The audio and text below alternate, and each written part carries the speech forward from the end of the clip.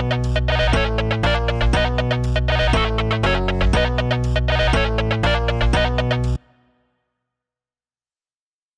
there guys, and welcome back to another epic Inexorable video. In this video we're taking a look at quartics. So we've looked at quadratics, we've looked at cubics, now we're looking at the biggest polynomial that we're going to take a look at in A-level maths properly, and that's going to be the quartic, which is 1 power of x bigger than the cubic and 2 powers of x bigger than the quadratic. So again, we've got some notes on the board. A quartic is in the form y equals ax to the power of 4 plus bx cubed plus cx squared plus dx plus e, where a is not allowed to be 0, but b, c, d or e can be 0, they can be any number. So in a fancy way, I'm going to introduce you guys, we'll do this formally later, I'm going to introduce you guys to some more sort of notation, okay? We should be familiar with the a does not equal 0, that's fine. So that means that a is not allowed to equal 0, it can be anything but 0. And this here, this b, c, d, e, and a weird e sort of shape, and an r, but a weird r, like a thick r, this is a special thing. This is saying that b, c, d, and e are elements of the real numbers, okay? What that means, and this applies for quadratics, cubics as well, I just thought I'd introduce this right now. Essentially, that means they can be any number. Any number that's on the number line, they can be, okay? So just like for cubics, where B, C, D, B, C, and D can also have this exact same condition, okay? And B and C for quadratics can as well, okay? Don't get too hung up on this, and we will do it later, don't worry. That's just that's a formal way of writing it. Quartics can cross the x-axis up to 4 times. So just like how a quadratic can cross up to twice, or a straight line can cross once, has to cross once, a quadratic can cross up to 2 times. A cubic can cross up to 3 times. It makes sense, a quartic can cross up to 4 times. But interestingly, unlike cubics, quartics don't actually have to cross the x-axis. Sometimes you will get quartics where they don't cross, just like quadratics sometimes don't cross. You might get a quartic that just comes up and, or comes down and comes back up again, in a bit more of an elaborate way than a quadratic does, and we'll see that in a second, but all the same, nonetheless.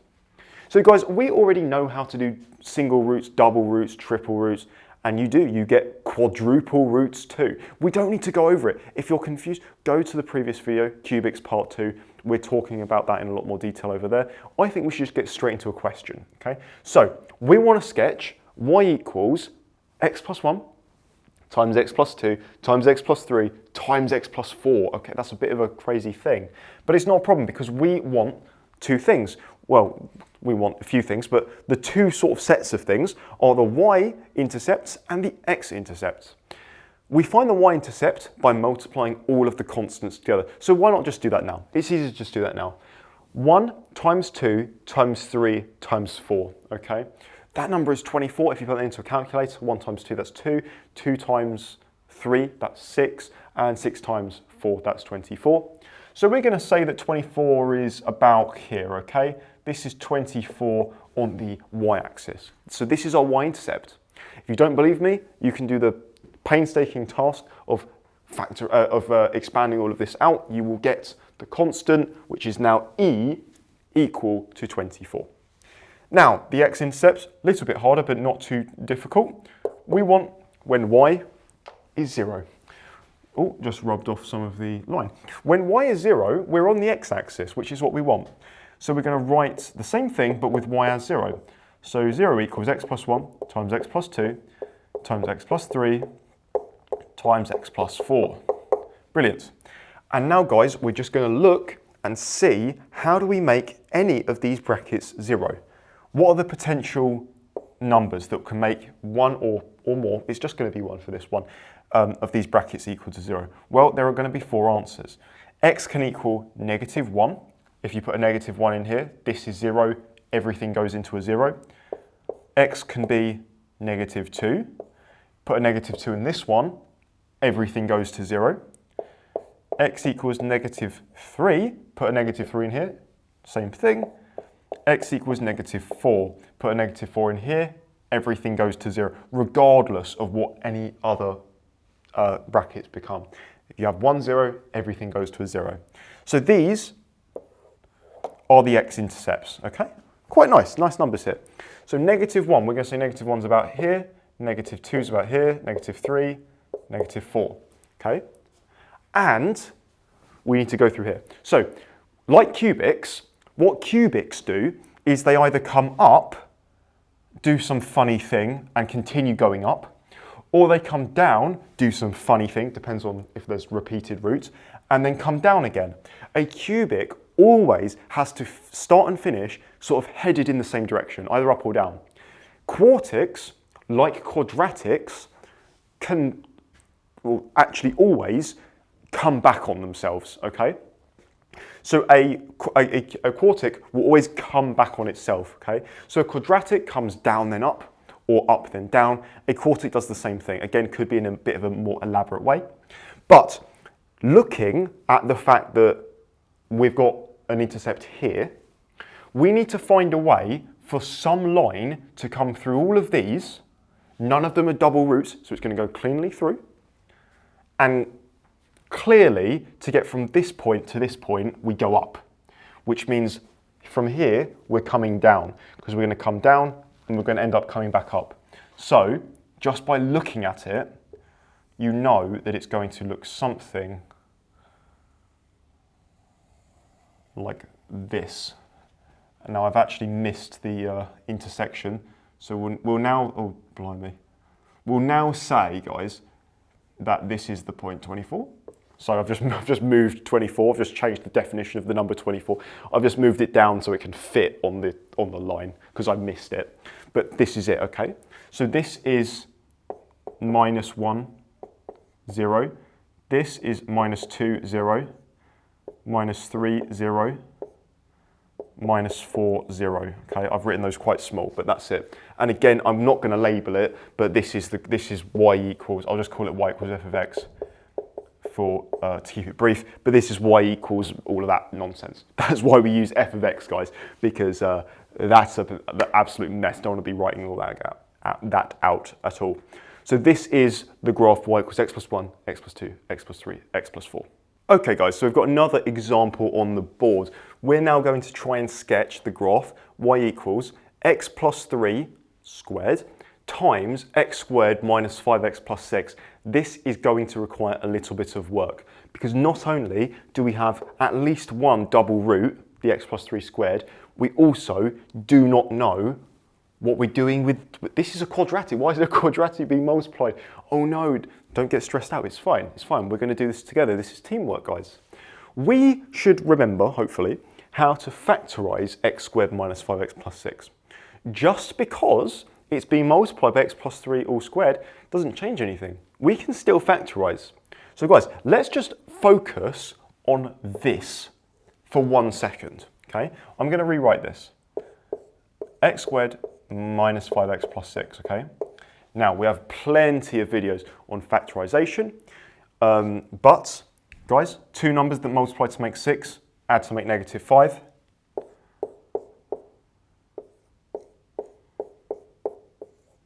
X minus 2, x minus 3, okay? Minus 2 times minus 3 is positive 6. Minus 2 plus minus 3 is negative 5, okay? So, actually, here's the first thing I would do. I would say, goodbye, x squared minus 5x plus 6. You're getting replaced with what you are the same as, which is x minus 2 times x minus 3. Because they're the same thing. We've just shown they're the same thing. All we've done is factorized it. Now, guys, this looks far more familiar to us. Far more familiar. Perfect. So, a few observations. First things first, maybe, you don't have to, maybe you want to rewrite this as y equals x plus 3 times x plus 3 times x minus 2 times x minus 3, okay? So maybe you just want to write the x plus 3 squared as 2x plus 3's. The reason for that is we need to multiply 3 times 3 times minus 2 times minus 3 because we need to find the y-intercept. So I'm just going to do some mental maths. 3 times 3 times minus 3 is minus 27 times 2, that's positive 54. So we're up here. We're going to say this is 54. Well, not roughly, it's exactly 54, guys, come on. We're mathematicians here, we can't be making roughlies. That is for physics. So 54, precisely 54, is our y-intercept. Love that from us. Now we need what's on the x-axis. Guys, once again, when are we on the x-axis? When y is 0. When y is 0, we have x plus 3. Oh, wrong way round. We have got x plus 3 times x plus 3 times x minus 2 times x minus 3 equals 0, because y is 0 on the x-axis. And once again, guys, we look and we just see what numbers make these brackets turn into zeros. The answer's x equals negative 3 for this guy. X is also equal to negative 3 for this guy, so I'm not going to rewrite it. But just let's note, this is a double root. We need to know that. X minus 2, so what makes that 0? Well, when x is positive 2. And finally, what makes this one 0? When x is positive 3. So we've got 3 roots, one of them is a double root. The double root is the x minus 3. So just by looking at this, let's say this is 3, this is 2, and this is going to be minus 3. Guys, the graph is positive. Positive cubics are kind of like positive quadratics. They make a happy face. Now that happy face might be a bit wobbly, but it's still a sort of rough, happy face shape. So it's going to come down, and then it's going to do something crazy. Remember, guys, what's happening here? This is a double root, because this is the point minus 3, which is the double root one. Because this is, the minus 3 is the value that you put into the double root to make it 0. Okay? So when we have minus 3, that's a double root. We're going to come down, guys, like this. And just like with cubics, we skim and we come back up. Okay? And then we're going to come through the 54. And we're going to come back down. And we're going to come back up again. Okay? So I know it looks really crazy, but this is it. So again, just imagine this goes straight through. I know I've missed it slightly, but that is, again, because of my lack of drawing ability. This is the point, well, we'll do it as actual coordinates. 3, 0, minus 2, 0, minus 3, 0, 0, 54. Okay. And once again, I'm not going to label this, but with using that, I'm just going to abbreviate. Let's call this f of x. This is the graph of y equals f of x. Or in other words, this is the graph of y equals x plus 3 all squared times x minus 2 times x minus 3. Or as it was written in the question, x plus 3 all squared times x minus 2. Or sorry, x plus 3 all squared times, what was it, x squared minus 5x plus 6. Okay? So that is how you do it. Similarly, triple roots and quadruple roots work the exact same way as with cubics. If it is a triple root, it sort of does a weird shape and it continues coming up or down. So it continues along its path, or like this. And if it's a quadruple root, it comes up and sharply comes down, or it comes down and sharply comes up. Sharper than a double root, okay? It's faster than a double root, but it's the exact same principle, okay? If we were hypothetically to look at quintics, which are these, but with an x to the 5 in them, you would notice they actually look quite similar to cubics. Just like how these guys look similar to quadratics. And actually, you will notice that all of the polynomials, that's what we call them, with even leading coefficients, so x to the 4, that's an even, the 4 is an even number, look fairly similar to each other. Quadratics look quite similar to quartics. And I suppose you could say that quintics look very similar to cubics. And even in a way, a cubic kind of looks similar to a straight line. I mean, you're kind of pushing it, but it's true in a way. It has to go through the x-axis once. It always ends up continuing to go in the same direction, regardless of what's going on. Double roots doesn't matter. It will always go up and end up going up, or down and finish up going down. So in a way, all of the odd powers, they kind of look similar if they're polynomials, and even ones do the same, okay? That's just something to note. So the pattern continues up to infinity, okay? And you can try this on Desmos, which is the graphing. I'll put that in the description if I remember.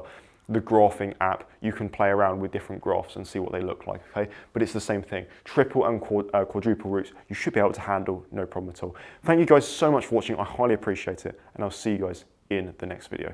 Cheers.